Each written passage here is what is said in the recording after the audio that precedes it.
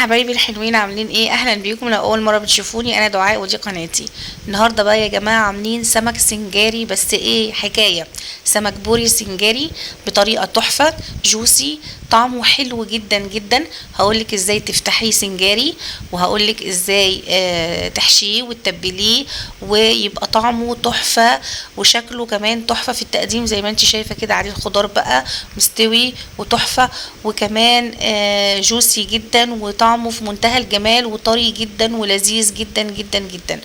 وكمان هقولك ازاي تنضفيه وتطلعيه بالجمال ده زي ما انت شايفه كده. يلا بقى لايك وشير وسبسكرايب وفعلوا الجرس عشان يوصلكم كل جديد من وصفاتي. ويلا كمان نصلي ونسلم على سيدنا النبي عليه الصلاة والسلام ونشوف مقاديرنا بتاعة السمك. عندي حوالي طماطميتين كده متقطعين، وكمان قرنين فلفل رومي، وجزرايه برضو مقطعاها، وفلفل الوان وفلفل رومي اخضر. ده طبعا الفلفل الالوان لو متوفر تمام، مش متوفر مش مشكله خالص. وكمان عندي ربع كوبايه من الزيت، وكمان عصير ليمون، وفصوص من الثوم. البهارات بقى عندي معلقه صغيره من الكمون، الكزبره، البابريكا، وشطة حسب الرغبة، وكمان رشة من الفلفل الأسود، وعندي كمان معلقة صغيرة من بهارات السمك، وكمان نص معلقة من الجنزبيل، وطبعا الملح ما ننساهوش. وبس كده. يلا بقى نشوف هنعمل ايه بعد كده. هجيب الخلاط بتاعي واحط، ابدا بقى احط فيه المكونات. عندي اول حاجه بحط عصير الليمون، وكمان بعد كده بحط بقى الخضار بتاعي كله، الطماطم، الفلفل الرومي، اوراق الكزبره، وكمان على فكره الشبت بيدي طعم حلو قوي، ممكن كمان لو في شبت تحطوا شبت، والفلفل الالوان. وهبدا بقى اضرب الكلام ده مع بعض في الخلاط. موضوع يعني شوفوا قد ايه سهل وبسيط وما بياخدش وقت خالص. لو الخلاط ما مشيش معانا ممكن نحط كده ربع كوبايه ميه بس كده صغيره، علشان بس الخلاط يشتغل معانا، وما تقلقوش مش هتأثر في اي حاجه خالص خالص خالص. بضرب بقى الكلام ده كله مع بعضه. وعايزه اقول لكم يا جماعه بجد التتبيله دي تحفه جدا وما بتاخدش وقت، وطعمها كمان حلو جدا. بنزل بقى دلوقتي كمان بالجزر. الجزر كان ناشف شويه فما بحطوش في الاول، بستنى بس لما الخضار كله يتضرب كده عشان يبقى فرمه اسهل معايا في الخلاط. شايفين بقى قد ايه الموضوع سهل وبسيط، وكل حاجه في الخلاط وبتتعمل بكل سهوله وبسرعه جدا. بنزل بقى مع الجزر فصوص الثوم، وبضرب تاني في الخلاط كل الحاجات بقى مع بعض كده. وعايزه اقول لكم الريحه بجد لما حطينا بقى الثوم، الريحه بقى بجد اختلفت خالص وبقت كمان احلى واحلى. نزلت كده الخلطه كلها في البوله عندي بالشكل ده، وشايفين قد ايه ناعمه وقوامها حلو جدا جدا، ومناسبه جدا لتتبيله اي سمك معاكي. تقدري تعتمدي التتبيله دي في اي سمك عندك، بجد النتيجه هتطلع معاكي حلوه جدا. مش لازم سمك سنجاري، اي نوع سمك التتبيله دي بجد هتفرق معاكي وتبقى تلاقيها طعمها حلو جدا جدا.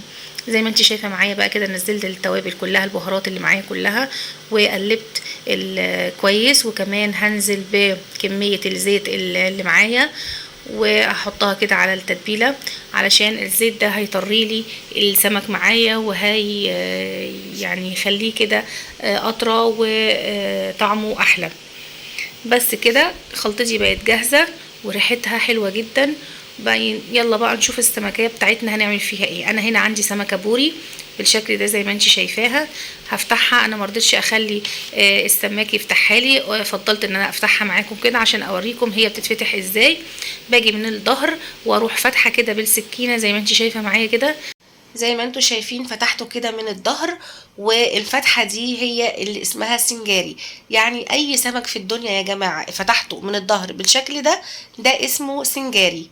مش يعني مش نوع السمك، لا دي طريقة السمك. اي سمك بيتفتح من الظهر ايا كان نوعه فهو سمك سنجاري. تمام. بعد ما فتحته بقى من الظهر بالشكل ده، ابدا بقى ان انا انضفه، اشيل اي حاجه وحشه بقى، مش يعني كل المصارين بقى والحاجات الوحشه دي. وكمان القشر السودا الموجوده الخفيفه دي بالراحه جدا كده. باجي بالسكينه واعملها بقى بالشكل ده زي ما انت شايفه معايا عشان تطلع. اهم حاجه ان انا اتعامل بالراحه جدا، لان السمك من الحاجات الحساسه جدا جدا اللي مش بتستحمل اي حاجه، عشان كمان ما طلعش اللحم بتاع السمكه معايا. اي حاجه كده مش عاجباني اروح شايلاها، طبعا الخياشيم اشيلها والحاجات زي ما بقول لكم كده، واخدها بقى واغسلها غسله محترمه. اغسلها كويس جدا جدا جدا على بميه جاريه كده، افتح الميه بتاعتي الحنفيه كده بسيط، و ابدا ان انا اغسلها كويس قوي. زي ما انتم شايفين بقى بقت معايا زي الفل بالشكل ده. بوريكم هنا ان هي فتحتها لما كانت مقفوله وبعدين لما اتفتحت بقت عامله ازاي. زي ما انت شايفه نضفتها وغسلتها وبقت زي الفل، وكده بقت جاهزه معايا. يفضل ان انا كمان انقعها شويه في ميه فيها شويه ملح كده وخل، علشان الملح كده يتغلغل كده جوه لحم السمكه كله، وتبقى معايا متبله كويس قوي. ولو السمكه بتاعتك طازه مش محتاجه تعملي الخطوه دي خالص، بتغسليها كويس قوي وتبداي بقى تتبليها بالتتبيله الخطيره اللي احنا عملناها مع بعض بالشكل ده. تبلتها بقى كويس، وانا بتبلها كده بعمل لها ايه زي مساج كده، وبدخل التتبيله جوه كل اجزاء السمكه معايا بالشكل ده. موضوع سهل جدا وبسيط، والنتيجة صدقوني حلوة جدا جدا. عايزة اقول لكم ريحة التتبيلة خرافية. طيب ايه اللي بيميز السمك السنجاري بقى كمان؟ الخلطة اللي بتتعمل فوق، اللي هي الخلطة السنجاري. عندي بقى بصلاية كده مقطعاها رفيع كده حلقات رفيعة، وجزراية مبشورة، وقرن فلفل بقى كده، وطماطماية، وكل الحاجات دي بديها شوية من التتبيلة وابدا احطها على السمكيه بتاعتي. باخد جزء منها صغير كده بحطه من تحت في الصينيه.